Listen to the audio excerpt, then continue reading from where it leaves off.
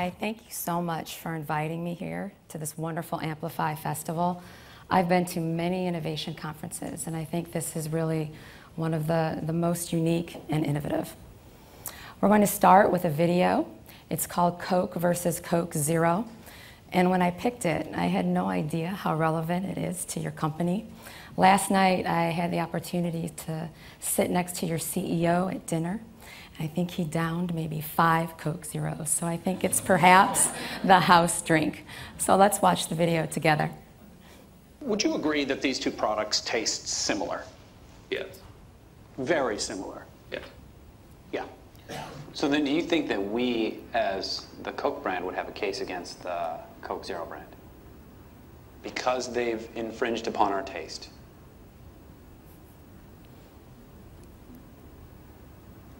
It's a novel theory. What can we do inside or on this floor within the two brand teams within the company to really bring this to light and shut it down? One of the things that I would do is consider possibly threatening these folks with a preliminary injunction. How long would that take? Well, we could write a threatening letter within a few hours. Okay, that's very good. So I want to do that. We could do that. Okay. Is there anything that has happened recently that makes you this concerned? My neighbor had a graduation party for his daughter, junior high graduation, and cooler was filled with that.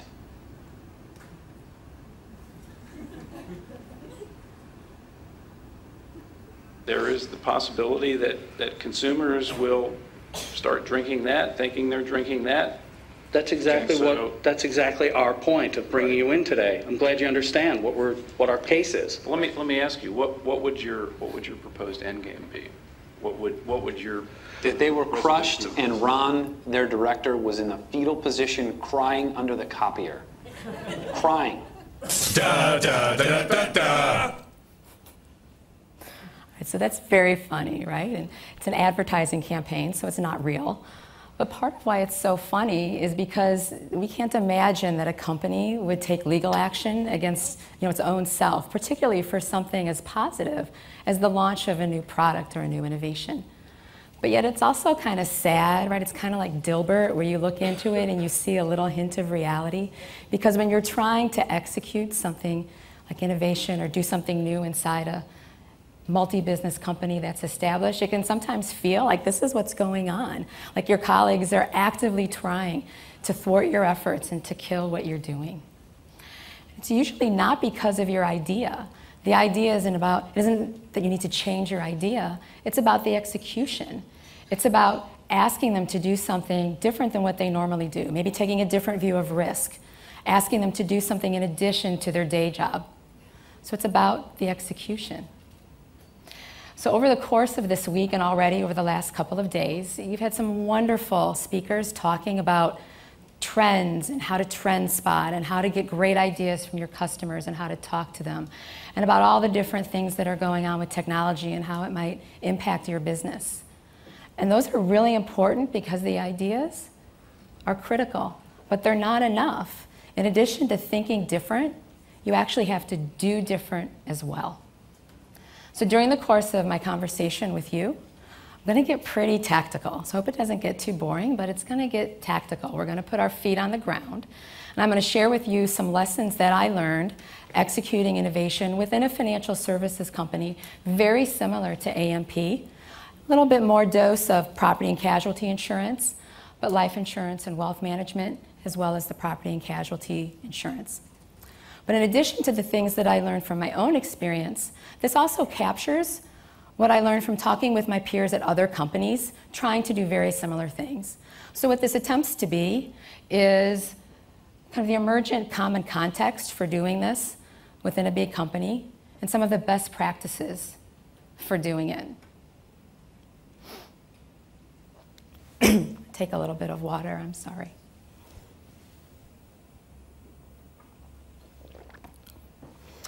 So then I'm bringing up what my peers did as well. It means that this is not specific to our own industry. It's not just financial services, right? These are challenges that all large companies face. But we're also facing many of the same trends, right? We have social, mobile, big data, all these things are coming and they're impacting us, and we have to figure out what to do. So there's a couple ways that companies tend to try to allocate resources towards that.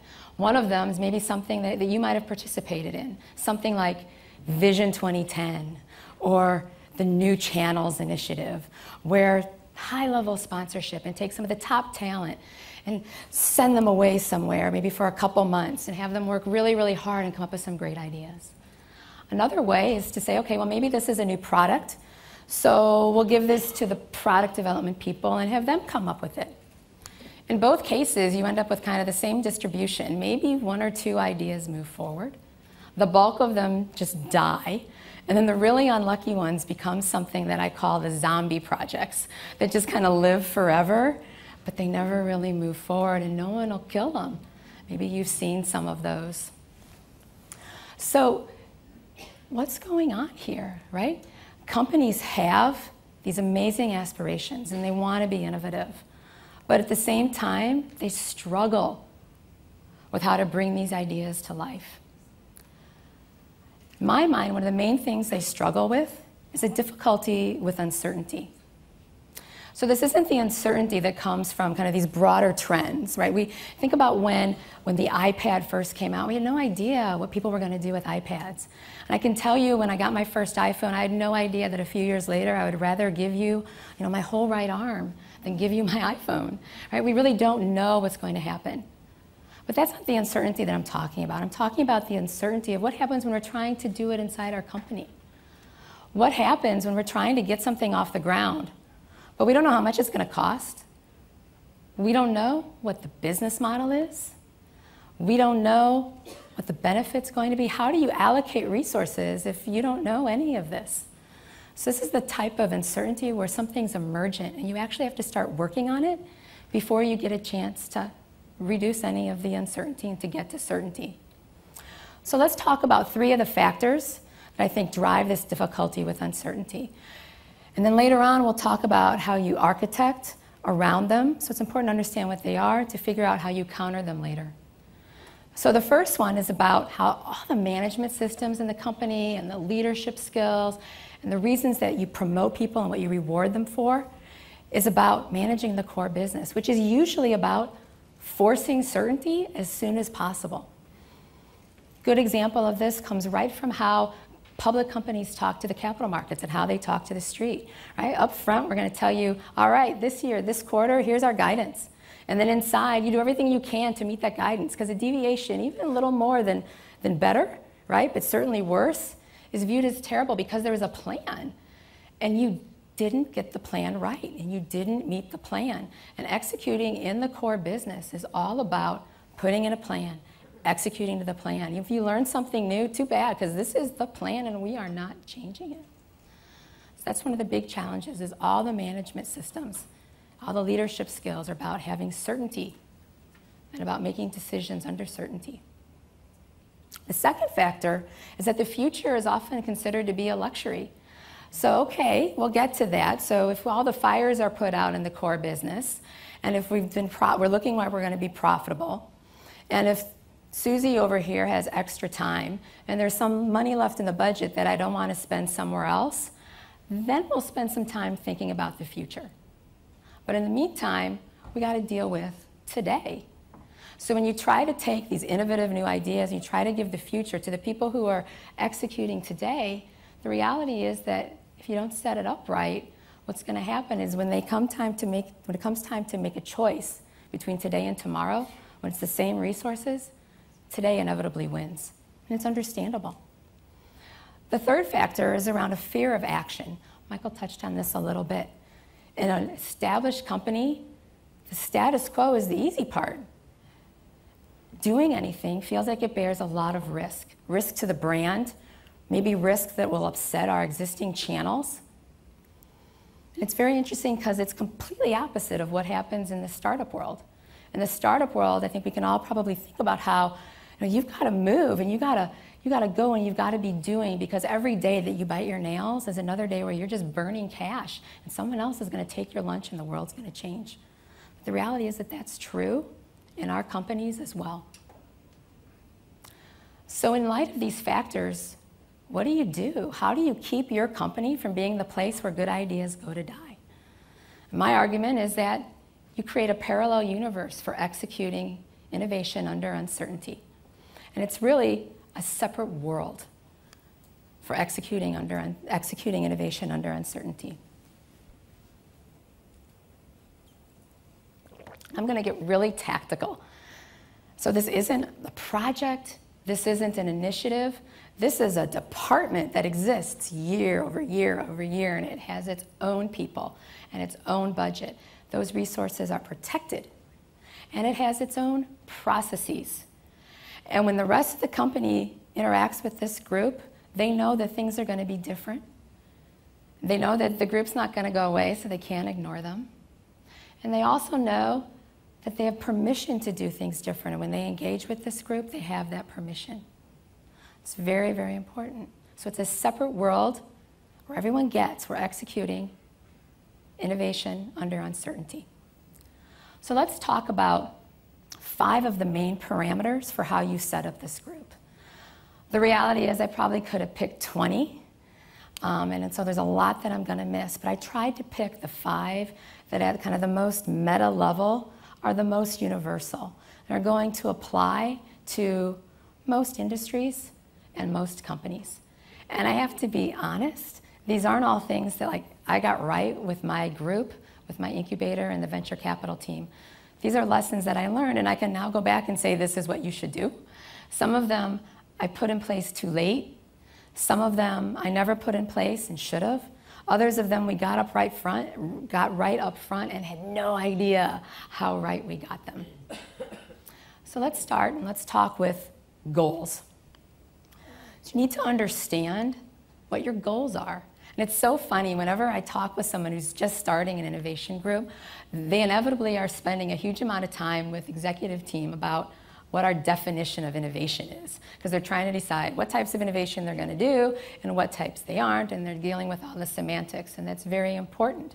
So you need to understand what type of innovation you're going to do, because it drives a lot of the choices you make on the other parameters.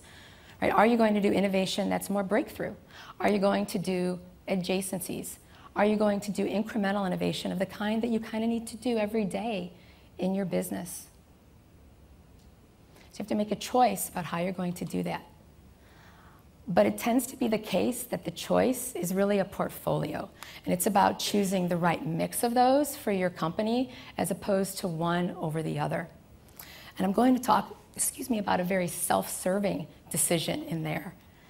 And that is that if you're doing some of these breakthrough sorts of things, it's really high risk. Many of them aren't actually going to ever hit. And also developing them can take a really long time. So it could be 2 or 3 years before you have anything to show for yourself. And lo and behold, if the leadership team changes, you're dead in the water. So you need something each year, and particularly in those early years, to be able to talk about and to be able to show that you can do what you say you're doing, and to gain credibility and to have some key wins. So you want to have things across a range of time horizons and a range of different types of innovation. And I'll share with you a story about how we did this at the Hartford, because I initially got it wrong and then I learned my lesson. So when we started, we said, all right, we're going to do disruptive innovation and we'll do adjacencies, but we're not going to do incremental innovation. And my governing board was completely in agreement with that. We'll talk about governance in a moment. They were completely in agreement.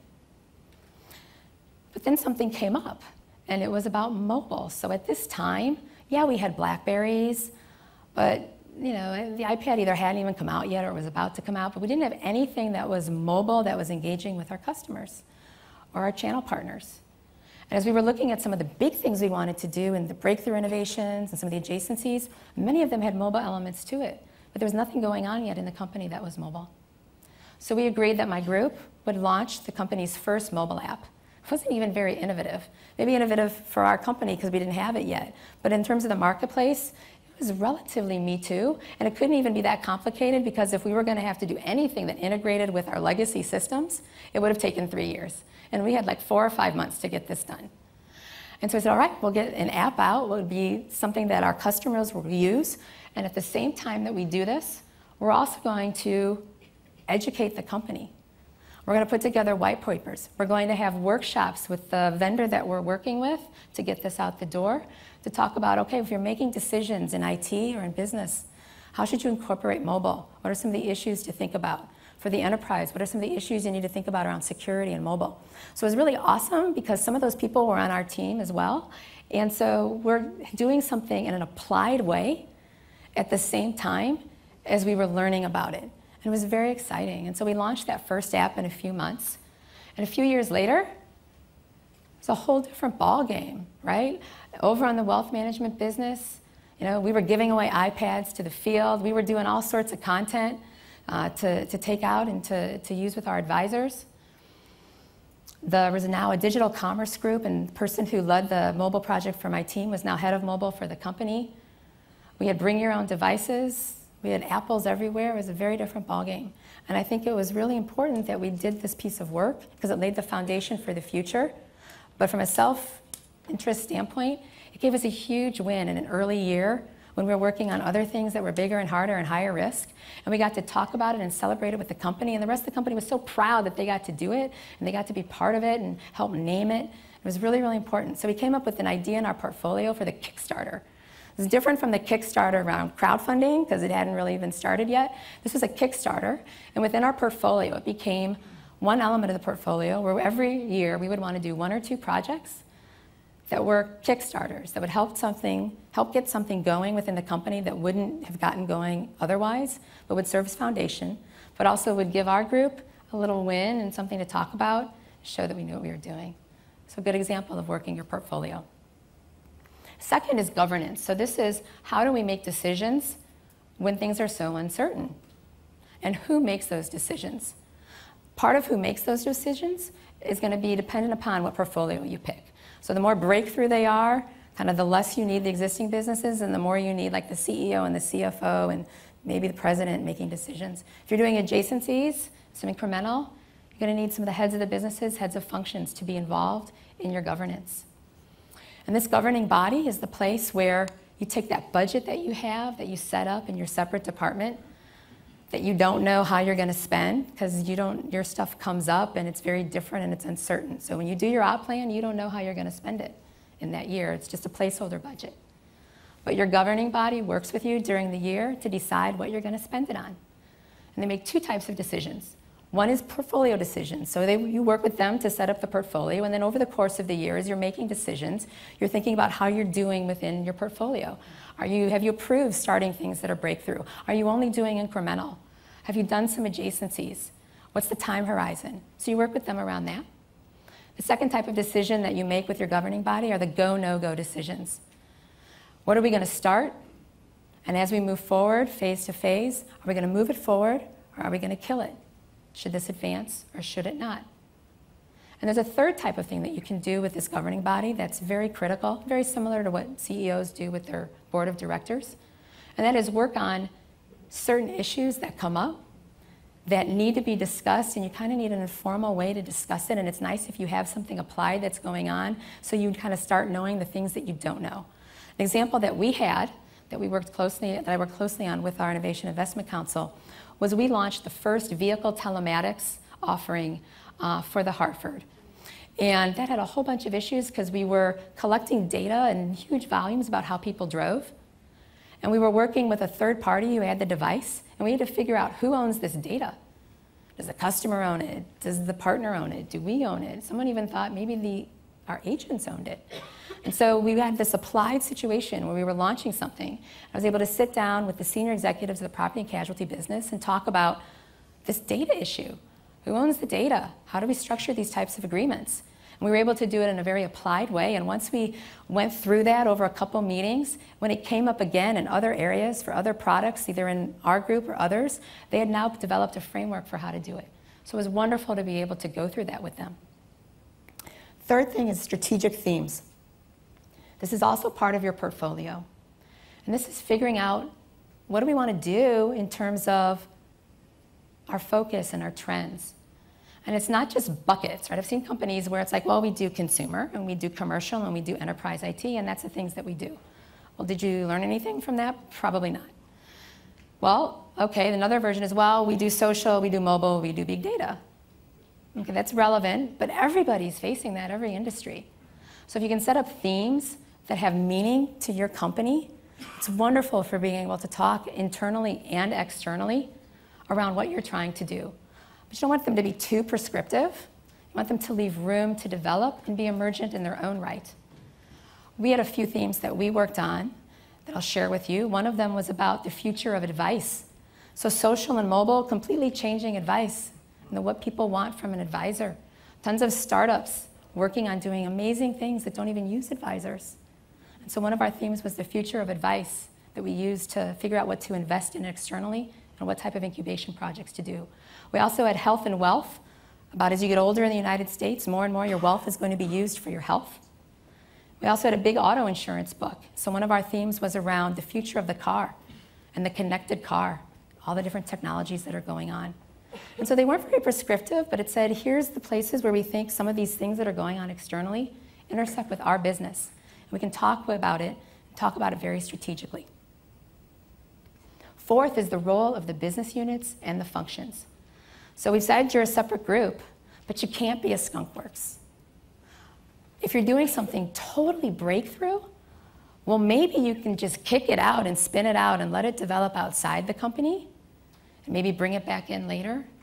But usually that doesn't happen and you're trying to develop it internally, in which case you probably need the partnership of the businesses and some of the key functions that can set up big roadblocks for what you're doing. For the businesses, there's really two types of engagement that you can have that are very important. One is something that I call account relationships. And this is maintaining a constant relationship and a constant rhythm with the businesses where someone from the team, this innovation team, participates with their executive team, excuse me, on a regular basis. Maybe goes to town halls, goes to their strategy sessions, stays on top of what's important to them, what some of their challenges are, kind of has their ear to the ground about what's going on, and can also report out sometimes about the kind of work that you're doing in the innovation group. The second is very specific to projects. When we would kick off a project, and when we would do go, no goes, we would always identify who the point people were going to be in the business for that phase. And these were people that didn't really have accountability, because if you did that, you created a whole host of issues. Instead, they were people who were there to enable you. In the beginning, maybe it was someone from the strategy group. Later on, when you're operating and trying to launch something, maybe it's someone from the call center. But their boss has given them the okay to spend some time with you, and you try to create a light footprint. You do a lot of the heavy loading, heavy lifting, but you work with them, and they provide insights, and you can pick their brain, and they can be a traffic cop to tell you who to go to for things. The third kind of engagement is with the functions, and these are so important. They can be some of the hardest things, because legal and compliance and IT can be some of the hardest roadblocks for you when you're doing this kind of work. And here you want someone who's dedicated to your group. Not like 100%, but someone where you go to procurement or you go to IT or legal, you're always dealing with the same person. And they, over time, develop a learning curve for the kinds of issues that you're working on. And in addition, it's considered by their boss and by them to be part of their job to enable you, not just to mind you and make sure you don't blow things up, but part of their job is to enable you, because some stuff actually has to get through the pipeline. And I can tell you that when you finally launch something, these are the people that you hold hands with and you take the victory lap.